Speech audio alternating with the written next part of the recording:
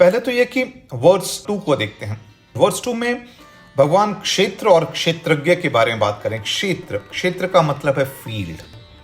ये फील्ड शब्द का प्रयोग क्यों है? क्योंकि ये कर्म का क्षेत्र है। कर्म का क्षेत्र कुरुक्षेत्र, पहला वर्स गीता का ये था।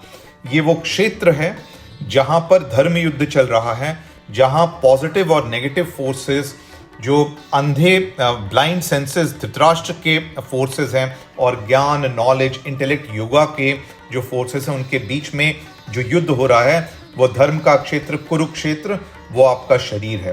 तो इसीलिए क्षेत्र और क्षेत्रज्ञ शब्दों का प्रयोग है, क्योंकि ये कुरुक्षेत्र कर्म क्षेत्र की कहानी है।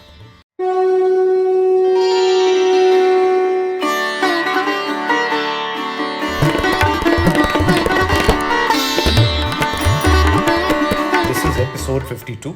इन एपिसोड 51 हमने चैप्टर 12 खत्म कर दिया था और आज हम चैप्टर 13 शुरू करेंगे। चैप्टर 13 का नाम है क्षेत्र क्षेत्रज्ञ विभाग योग, और yoga of distinguishing the field and the knower of the field. इस चैप्टर में 35 वर्सेस हैं और भगवान इस चैप्टर में दो शब्दों को इंट्रोड्यूस करें, क्षेत्र which means the field and क्षेत्रज्ञ which means the knower of the field. तो आसान शब्दों में क्षेत्र जो है वो आपका शरीर है और क्षेत्रज्ञ जो है वो सोल है, वो देहना है। तो field is the body and the knower of the field is the soul.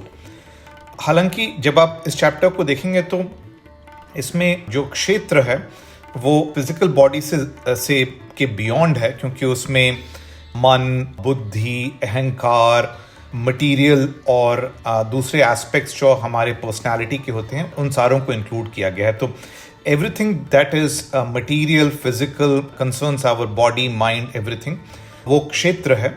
और जो इनको जानने वाला है, जो सोल है, जो देहना है, वो क्षेत्रज्ञ है। ये इसका एसेंस है। I am just mentioning these right up front because these two words are very new and can confuse. So Let's start with the verse 13.1 to 13.19. आज हम ये 19 verses cover करेंगे. Let's start with the literal translation of these verses and then we will cover some interesting things. So, starting off with verse 1. Verse 1 है, अर्जुन उवाच प्रकृतिम पुरुषम चैव क्षेत्रम क्षेत्रज्ञम एव च एतत् वेदितुम इच्छामि ज्ञानम ज्ञेयम च केशव। तो अर्जुन कह रहे हैं कि हे केशव, मैं ये जानना चाहता हूँ कि प्रकृति और पुरुष कौन है, क्षेत्र और क्षेत्रज्ञ क्या है, और इसके साथ साथ मैं ये भी जानना चाहता हूँ कि ज्ञान क्या है और ज्ञान का उद्देश्य क्या है, गोल ऑफ नॉलेज क्या है। So this was verse 1। Then verse 2 है, इदम शरीरम कौन्तेय क्षेत्रम इति अभिधीयते एतत् यह वेत्ति तम प्राहुः क्षेत्रज्ञ इति तद्विदः। तो भगवान कह रहे हैं कि हे अर्जुन, इस शरीर को क्षेत्र कहते हैं, the field of all activities, और जो इस शरीर को जानता है उसको क्षेत्रज्ञ कहते हैं। ऐसा कहा गया है उनके द्वारा जो ट्रुथ को जानते हैं, जो तत्वविद हैं। देन वर्स 3 इज क्षेत्रज्ञम च अपि माम विधि सर्व क्षेत्रेषु भारत क्षेत्र क्षेत्रज्ञो ज्ञानम यत् तत् ज्ञानम मतम मम। तो भगवान कह रहे हैं कि हे भारत, मैं सभी क्षेत्रों को जानने वाला हूँ। ये जानना कि शरीर जो है वो क्षेत्र है और क्षेत्रज्ञ जो है वो परम है, यही परम ज्ञान है, यही सच्चा ज्ञान है। सो इफेक्टिवली भगवान कह रहे हैं कि मैं सभी जीवों में हूँ, क्योंकि मैं सभी का क्षेत्रज्ञ हूँ। और ये समझना कि क्षेत्र क्या है और क्षेत्र को जानने वाला कौन है, यही सच्चा ज्ञान है। और चूंकि उन्होंने कह दिया कि मैं क्षेत्र को जानने वाला हूँ, इसका मतलब मुझे समझना ही सच्चा ज्ञान है। देन वर्स 4 है, तत् क्षेत्रम यत् च यादृक् च यद्विकारी यतश्व यत् स च यः यत् प्रभावश्च तत् समासेन मे शृणु। तो भगवान कह रहे हैं कि देखो, मैं तुम्हें बताता हूं कि ये क्षेत्र क्या है और इसकी प्रकृति क्या है, इसके एसेंशियल्स क्या है, इसका नेचर क्या है। मैं तुम्हें ये भी बताऊंगा कि इसमें कैसे और क्या विकार आते हैं या चेंजेस आते हैं, ये कहाँ से आया है, इसका क्या प्रभाव है, इसके पावर्स क्या हैं, और ये मैं सब तुम्हें इन समरी बताऊंगा, मुझे सुनो। देन वर्स 5 है, ऋषिभिः बहुधा गीतम छंदोभिः विविधः पृथक् ब्रह्मसूत्रपदैः च एव हेतु मध्विः विनिश्यते। तो भगवान कह रहे हैं कि महान ऋषियों ने भी क्षेत्र और क्षेत्रज्ञ के बारे में जो सच है उसको बहुत तरीकों से गाया है, बताया है। ये जो हमारे वेदों में जो पद हैं, जो ब्रह्म सूत्र हैं, उसमें भी बताया गया है, उसमें भी विनिश्चित किया गया है, यानी लॉजिक और एविडेंस के साथ समझाया गया है। देन वर्स 6 है, महाभूतानि अहंकार बुद्धि अव्यक्तम एव च इंद्रियाणि दशेकम च पंच च इंद्रिय गोचरः।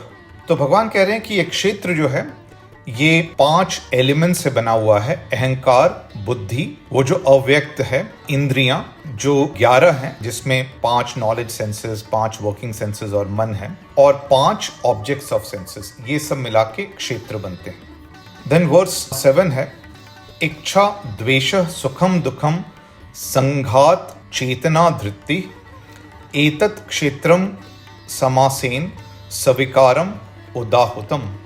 तो भगवान कह रहे हैं कि इच्छा, द्वेष, सुख, दुख, संघ, चेतना, धृति, ये सारे के सारे क्षेत्र को कंप्राइज करते हैं, और उसके मॉडिफिकेशंस, उसमें जो विकार आते हैं उसको भी कंप्राइज करते हैं, ऐसा कहा जाता है।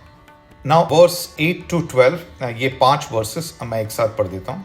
अमानित्वम अदम्भित्वम अहिंसा शांति आर्जवम आचार्योपासनम शौचम स्थैर्यम आत्म विनिग्रह इंद्रियार्थेषु वैराग्यम अनअहंकारः एव च जन्म मृत्यु जरा व्याध्यः तेषां दुःखस्य दोषस्य अनुदर्शनम असक्ति अन अधिष्वेगः पुत्रेषु दारेषु गृहेषु च नित्यं च समचित्तत्वम् इष्टानाम अनिष्टानाम उपपत्तिषु मयि च अनन्य योगेन भक्ति अव्यभिचारिणी विविक्तस्य देशस्य सौवित्वम् अरति जनानां संसिद्धि आध्यात्मनः ज्ञाने नित्यत्वम् तत्त्वस्य ज्ञानस्य अर्थस्य दर्शनम् एतत् ज्ञानम इति प्रोक्तम अज्ञानम यत् अतः अन्यथा। तो इन वर्सेस में भगवान कह रहे हैं कि ह्यूमिलिटी, हिपोक्रेसी से फ्रीडम, अहिंसा, शांति, स्टेडफास्टनेस, आचार्य की उपासना, शौचम या purity of mind and body, स्थैर्यम, स्टेडफास्टनेस, आत्म विनिग्रह, सेल्फ कंट्रोल, इंद्रियों से वैराग्य, अनअहंकार, जन्म मृत्यु व्याधि दुख के दोषों से अनासक्ति, एब्सेंस ऑफ क्रेविंग, राइट, पुत्र, स्पाउस, घर, इन सब से विरक्ति, समचित, चाहे वो इष्टा या अनिष्टा के सिचुएशंस हों, मुझ पर अनन्य योग के साथ भक्ति, हमेशा कांस्टेंट रहना, सॉलिटरी प्लेसेस को पसंद करना, उनके प्रति इंक्लिनेशन होना, और बहुत सारे मंडेन सोसाइटी के प्रति इंक्लिनेशन नहीं होना, नित्य तत्व को जानने के लिए या एसेंस को जानने के लिए स्ट्राइव करना, ये ज्ञान है। और इसके बियॉन्ड जो कुछ है, जो इससे पृथक है, जो इसके अन्यथा है, जो इसके कॉन्ट्ररी है, वो अज्ञान है। तो ये भगवान वर्सेस 8 to 12 में कह रहे हैं। देन वर्सेस 13 to 19, ये वर्सेस मैं एक साथ पढ़ देता हूँ। ज्ञेयं यत् तत् प्रवक्ष्यामि यत् ज्ञात्वा अमृतम् अश्नुते अनादिं त परम ब्रह्म न सत् न तत् असत् उच्यते सर्वतः पाणिपादं तत् सर्वतः अक्षीणी शिरांसि मुखानि यस्य तत् सर्वतः श्रुतिमत् लोके सर्वे आवृत्य तिष्ठति सर्वेषां इंद्रियाणां गुणेषु आभासः यस्य तत् सर्वे इंद्रियः विविजर्तितम् असक्तम सर्वभृत च एव निर्गुणम गुण भोक्त्री च बहिः अन्तः च भूतानाम् अचरम चरम एव च सूक्ष्मत्वात् तत् अविज्ञेयं दूरस्थं च अन्तिके च तत् अविभक्तं च भूतेषु विभक्तिम इव च स्थितम भूत भर्तृ च तत् ज्ञेयं ग्रसिष्णु प्रभविष्णु च ज्योतिषाम अपि तत् ज्योतिः तमसः परम उच्यते ज्ञानम ज्ञेयः ज्ञानगम्यम हृदि सर्वस्य धिष्ठितम् इति क्षेत्रम तथा ज्ञानम ज्ञेयं च उक्तम समासतः मम भक्तः एतत् विज्ञाय मम भावाय उपपद्यते।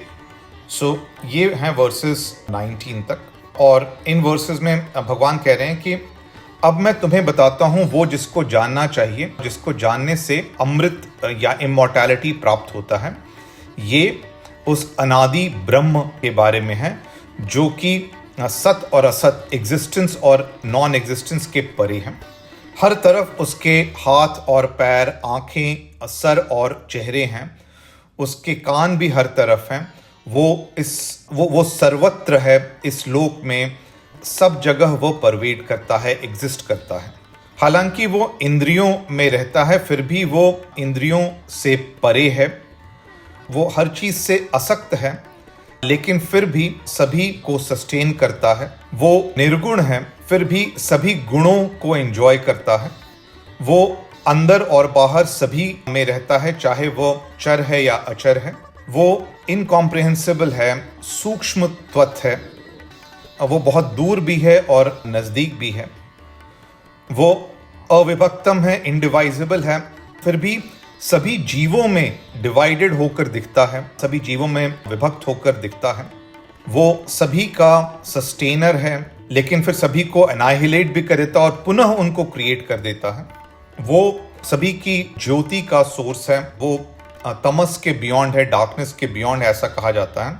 उसको जानो कि वो खुद ज्ञान है और ज्ञान का उद्देश्य भी है, ज्ञान गम्यम भी है, और सभी जीवों में, सभी जीवों के हृदय में स्थित रहता है।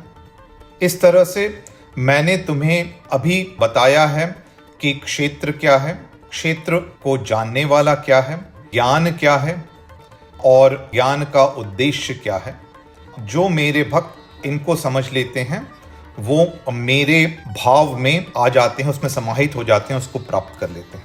So ये तो literal translations. We will now talk about some interesting things in all of these verses. These verses are quite interesting and quite deep also. So इनको थोड़ा elaborate करना important है। पहले तो ये कि verse 2 को देखते हैं।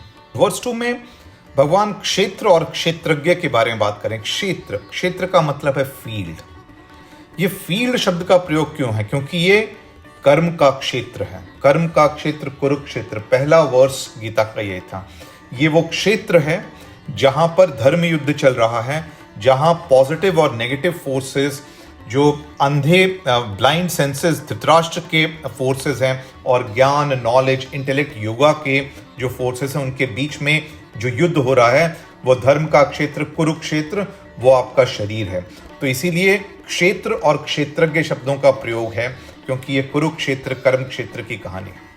उसके बाद let's look at the next verse which is verse 3, right? That's also an interesting verse, क्योंकि इसमें भगवान शुरू में ही कह देते हैं कि क्षेत्रज्ञम च अपि माम विद्धि। जो क्षेत्रज्ञ है, जो क्षेत्र को जानने वाला है, वो मैं हूं, ये जानो।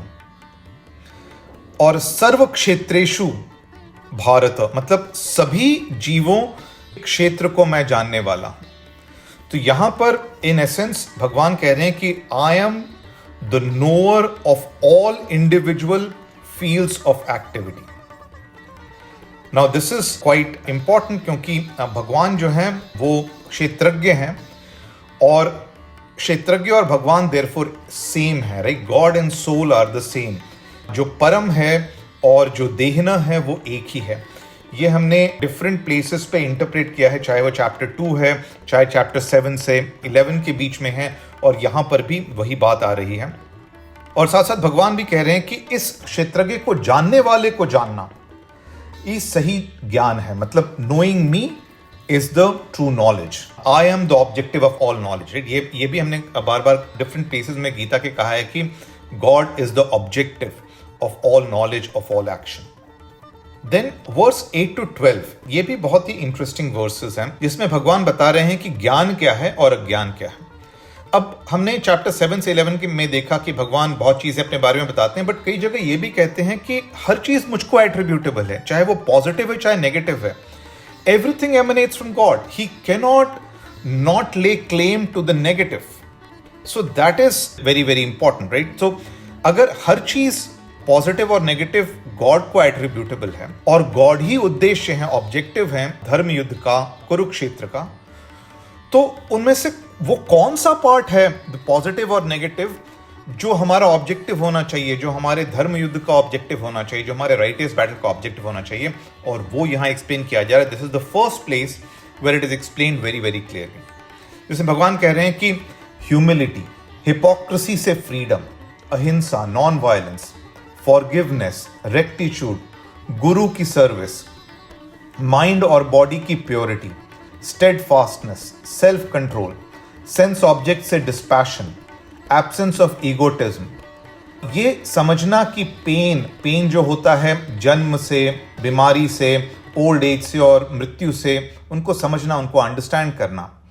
Non attachment, non identification of self, अपने बच्चों से, अपनी पत्नी से, अपने घर से। हर समय इवन माइंडेड रहना, चाहे आपके सर्कमस्टांसेस डिजायरेबल हैं चाहे अनडिजायरेबल हैं।